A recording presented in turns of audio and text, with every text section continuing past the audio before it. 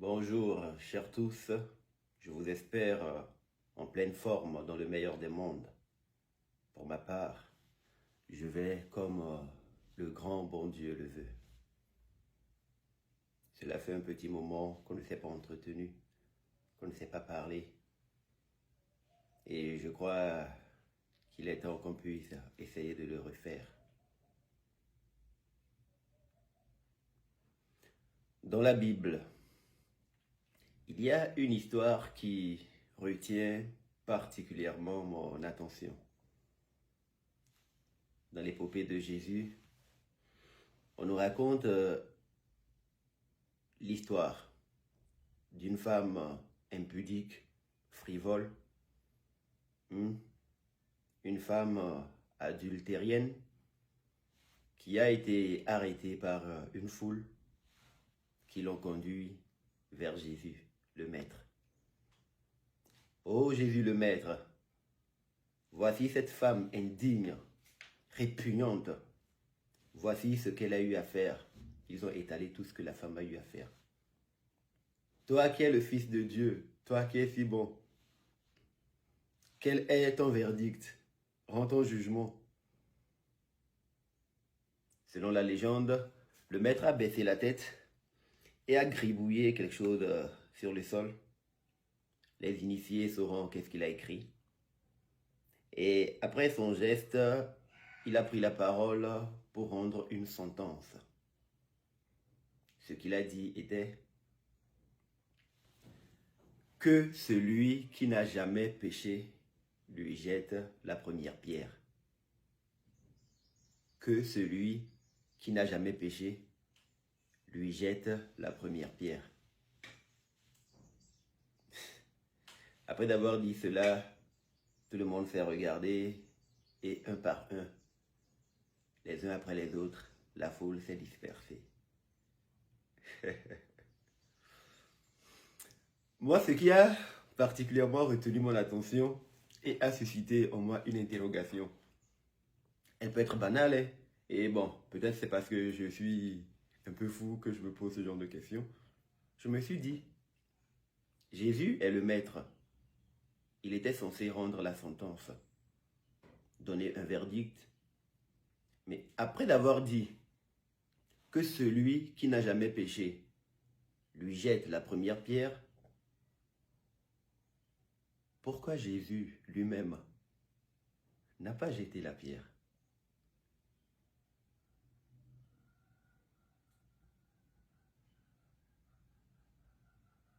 Que celui qui n'a jamais péché lui jette la première pierre.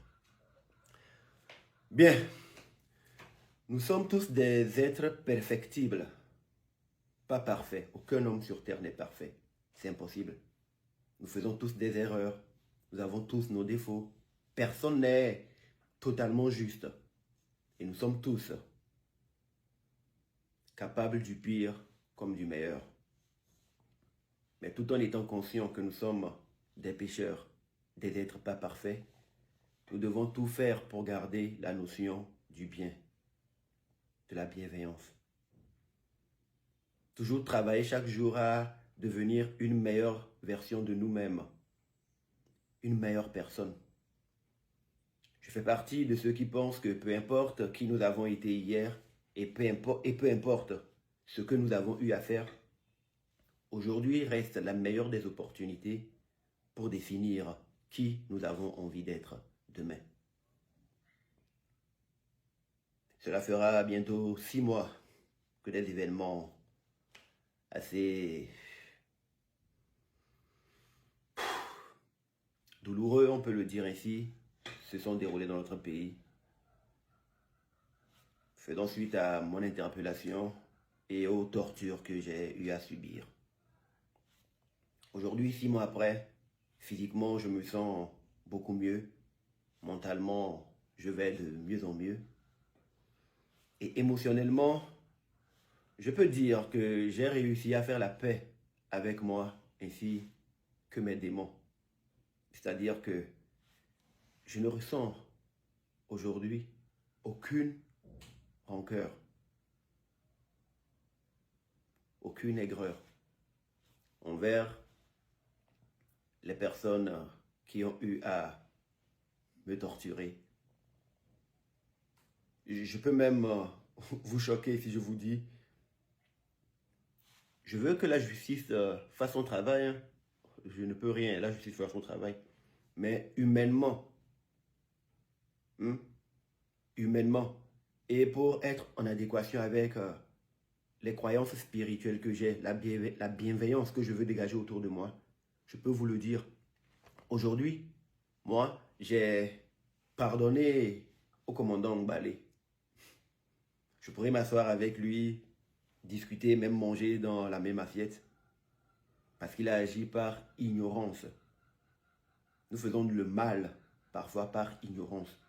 Nous pensons faire bien. Nous pensons que c'est ce qu'il faut faire parce que oui, nous pensons être dans notre rôle. Mais c'est par ignorance. Donc je lui pardonne. Je lui pardonne.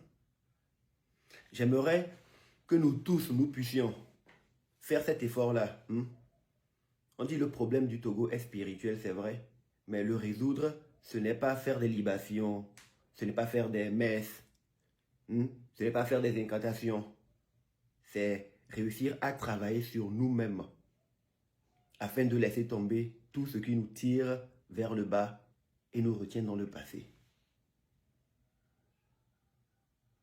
Les sentiments toxiques, la rancœur, les douleurs. Elles sont légitimes, hein? Mais en même temps, il faut qu'on puisse agir de sorte que ces sentiments-là puissent sortir de nous. C'est le grand travail spirituel que nous devons faire, chacun individuellement. Qu'on soit gouvernant ou gouverné, de la minorité ou de la majorité, nous tous, nous sommes des Togolais. Et chacun fait des erreurs quotidiennement dans sa vie. À des échelles différentes, c'est vrai. À de différentes échelles, c'est vrai. Mais chacun fait des erreurs. Nous sommes tous capables du pire comme du meilleur. Il y a le meilleur et le pire en chacun de nous. Mais faisons le maximum d'efforts pour garder la notion de bienveillance. C'est ce qui pourra faciliter le vivre ensemble. J'aimerais que peu importe ce qu'on peut leur reprocher, que les personnes qui ont été arrêtées dans le cadre des manifestations liées à la politique puissent peut-être être libérées et regagner leur maison, retrouver leur domicile, leur famille.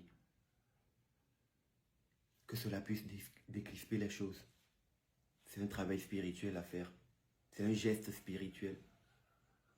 Aussi, ceux qui ont la rancœur et aimeraient peut-être être revanchards, je pourrais les inviter à faire en sorte que cette énergie, cette capacité qu'ils ont à rassembler, à mobiliser, qu'ils puissent ou qu'on puisse s'en servir pour bâtir quelque chose de solide, qu'on ne reste pas enfermé dans la même boucle.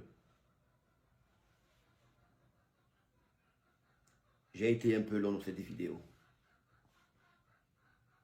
Je ne vais pas aller plus loin, mais c'est juste pour vous dire que je suis présent.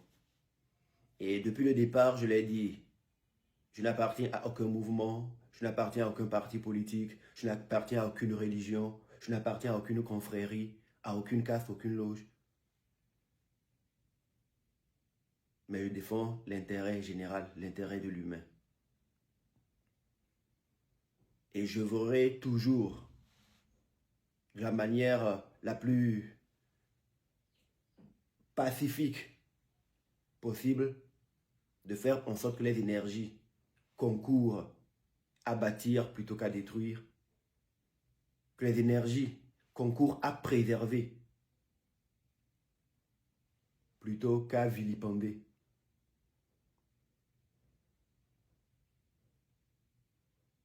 Je ferai toujours en sorte que l'intérêt de la majorité prime sur l'intérêt de la minorité, tout en sachant qu'au-delà de tout, nous sommes tous des Togolais. Et qu'on ne pourra jamais bâtir un état de droit, un état paisible, si toutes les énergies ne fusionnent pas. Et je crois que nous avons été pendant trop longtemps en retard. Il est temps qu'on puisse vraiment changer les choses, notre manière de faire. Et cela va pour tout le monde. Il faut qu'on puisse se retrouver vraiment en tant que Togolais et nous dire, bon, oui, voici le problème.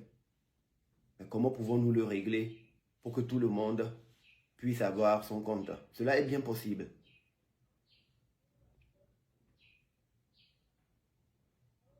Une sagesse chinoise nous recommande que ce que nous ne pouvons pas changer dans l'immédiat, l'intelligence souhaiterait que nous puissions l'admettre et savoir comment composer avec.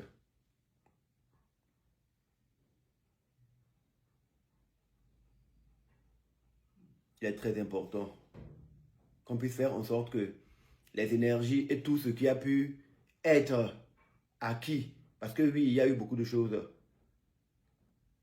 qui ont bougé sur le terrain, que cela puisse être capitalisé positivement dans l'intérêt de tous. Peut-être avant le 30, je ferai un live, mais en attendant, je vous demanderai de vous abonner au maximum sur ce nouveau compte. C'est un compte intermédiaire. Pour le moment, je n'ai pas accès à mes différents réseaux, mais il me fallait recréer un canal pour pouvoir garder la connexion avec vous. Donc Amron l'authentique, c'est mon nouveau compte TikTok et c'est le seul réseau sur lequel je communiquerai pour le moment. Il n'y a pas le feu que de la lumière dans l'ombre. Restons tous dans la paix et dans l'amour. Bâtissons la cité. Bâtissons la cité. Bâtissons la cité. Togolais, viens.